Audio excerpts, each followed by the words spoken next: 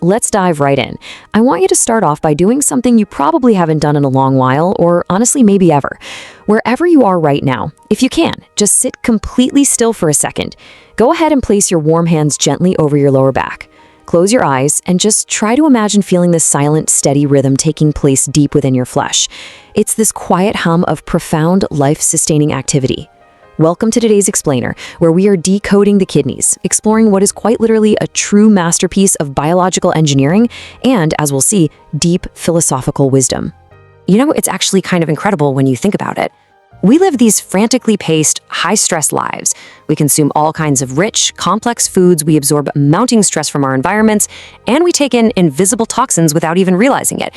Yet we rarely, if ever, pause to think about these vital organs. For most of us, the kidneys are practically invisible. We only notice them when our body literally shouts for help through sharp pains, or the agonizing prospect of dialysis, or the terrifying fear of organ failure. But they deserve so much more than our fear, don't they? They deserve our absolute awe. I mean, let's be honest. When most people think about the kidneys, we tend to picture this cold, mechanical, unfeeling plumbing system. Just a biological waste disposal unit, right? But the truth is entirely different. Nature granted us a twin pair of organs so incredibly sophisticated that no modern medical machine has ever been able to perfectly duplicate them. They aren't just plumbing, they are an exquisite blueprint. They fiercely protect the original purity of your life energy, and they offer us a profound philosophical lesson on the art of holding on, and more importantly, letting go. To really wrap our heads around their dedication, just think about the number 40. These two small bean-shaped entities, nestled quietly at the back of your physical home, and each no larger than a clenched fist, are carrying out a monumental calling. They filter your entire bloodstream nearly 40 times every single day. 40 times! Without a single second of rest, without a single word of complaint. Even while you're drifting into a deep, peaceful sleep, they are working relentlessly to keep you alive and pure. Now, let's zoom in a bit, because this is where it gets mind-blowing. 1 million. Inside the heart of each kidney operates 1 million microscopic factories. These tiny, tireless processing units are called nephrons. Just think about that. 2 million of these microscopic factories in your body, humming along in perfect synchronicity. To really decode this masterpiece, we have to look closely at what is actually happening inside these miraculous little structures.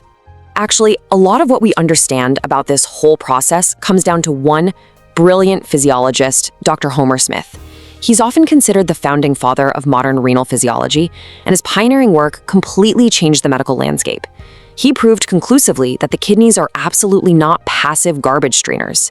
Instead, they form a highly dynamic, incredibly intelligent system that actively regulates the entire internal environment of the human body. They are active decision makers in radiology. So, the journey kicks off at this structure called the glomerulus, the very heart of the nephron. Imagine a tightly bound cluster of microscopic capillaries that basically looks like a tiny ball of yarn. As blood flows under high pressure from your heart into the renal artery, it rushes straight into this glomerulus. Here, a powerful hydrostatic pressure forces the blood fluid through an ultra-thin, incredibly strict filtration barrier. This step-by-step biological miracle is stunning. The barrier only allows water, electrolytes, glucose, amino acids, and tiny waste molecules to pass through, creating what's called primary urine, while the large, vital blood cells and precious proteins are safely kept behind.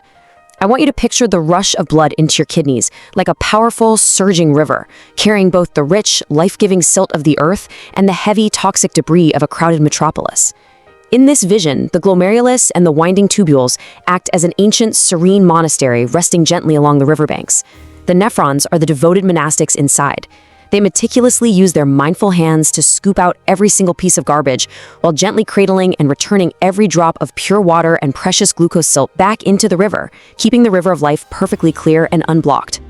What's absolutely wild about this setup is the sheer scale of what those monastics actually give back. As that primary urine travels down the winding tubules, this biological miracle called selective reabsorption takes place. The tubules operate with this almost conscious, instinctual wisdom. They actively select and claw back 99% of the water, along with all the necessary glucose and ions, steering them right back into your bloodstream. Only 1% of the fluid, the true waste and concentrated toxins, is channeled outward as actual urine. Basically, this makes your kidneys the ultimate gatekeepers of an absolute perfect equilibrium. They flawlessly balance the concentration of salt, the exact volume of water, and the precise pH of your blood so that human life can even exist. If this balance is off by even a tiny fraction, our bodies simply cannot function. They are the silent regulators holding the tightrope of your life steady.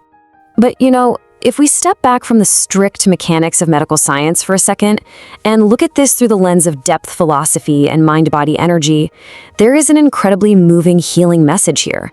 The kidneys are using their very biological framework to teach us a grand life lesson. To survive and remain pure, you absolutely must learn the art of letting go. Just look at the profound contrast here.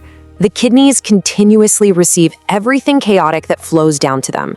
They filter it with immense grace, hold firmly on to what nourishes life, and courageously, perfectly let go of what causes toxicity. But as humans in our modern lives, oh man, we tend to do the exact opposite. We hold on to old wounds. We accumulate toxic mental patterns, resentment, and profound stress year after year, without ever allowing ourselves to truly filter them out and release them. This gets super interesting when we look at ancient medical systems and energetic psychology. In these traditions, the kidneys are universally revered as the primary storehouse of our vital life essence. But because they are the root of our energy, they are also incredibly vulnerable to the heavy, stagnant energies of buried fear and prolonged stress. So here is the crucial parallel we really need to understand. Think about our modern high-stress context. We are constantly bombarded by existential fear, the fear of failing to meet financial or social expectations. And that continuous fear constantly triggers our adrenal glands, which sit right on top of the kidneys to secrete adrenaline and cortisol. This constant fight-or-flight process literally constricts your renal blood vessels. It is directly suffocating those beautiful nephron factories we just marveled at. It's wild, but many individuals experience declining kidney health not from some physiological flaw, but because they have spent years living inside a psychological prison of fear. Toxins in your blood, if not released, will destroy the physical body, but toxic fears in your mind, if not transmuted, will wither the soul and physically damage the very organs trying to keep you pure.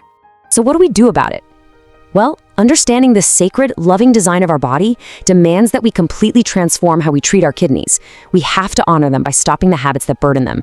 We absolutely must stop feeding them toxic biological pressures. That means cutting back on excessive dietary salt, preventing chronic dehydration by giving them the fluids they actually need to sweep that river clean, and drastically limiting our abuse of synthetic stimulants that just keep our stress hormones constantly elevated. And to take it a step further, to truly heal, we can embrace something I like to call the kidney nurturing ritual. It is wonderfully simple, but so powerful. Next time you drink a glass of water, don't just mindlessly gulp it down while staring at your phone. Actually close your eyes. As you sip that cool, clean water, I want you to visualize transforming each sip into a stream of pure ocean blue light energy. Imagine that vibrant blue light traveling down your body to hold, cool, and soothe those two kidneys in your lower back. You can even place your warm hands right over your lower back while you do this. Send them a silent apology for the stress you've put them through, and just wrap this grand organ in unconditional love and gratitude. Listen to the quiet signals of your lower back, allow your body to rest when it's exhausted, and consciously flush out those vague anxieties. Because at the end of the day, true human health, it doesn't stem from buying the trendiest, most expensive supplements on the market. It begins the moment you learn to bow your head in absolute gratitude to the millions of tiny monastics working tirelessly inside you. It begins with living in perfect mindful harmony with the instinctual wisdom operating right inside your own flesh. So I'll leave you with this final thought to carry with you. Right at this very moment, your kidneys are flawlessly filtering your blood, bravely letting go of the physical waste so you can thrive. My question to you is, what heavy emotional or psychological burden will you finally let your mind filter out today? If you feel deeply moved by the quiet devotion of your body and found a sense of peaceful alignment through this explainer, please leave it or share your thoughts in the comments below. It just shows that on this journey of learning to comprehend our bodies and honoring life, we are walking it together. Thank you so much for joining me, and I'll catch you in the next one.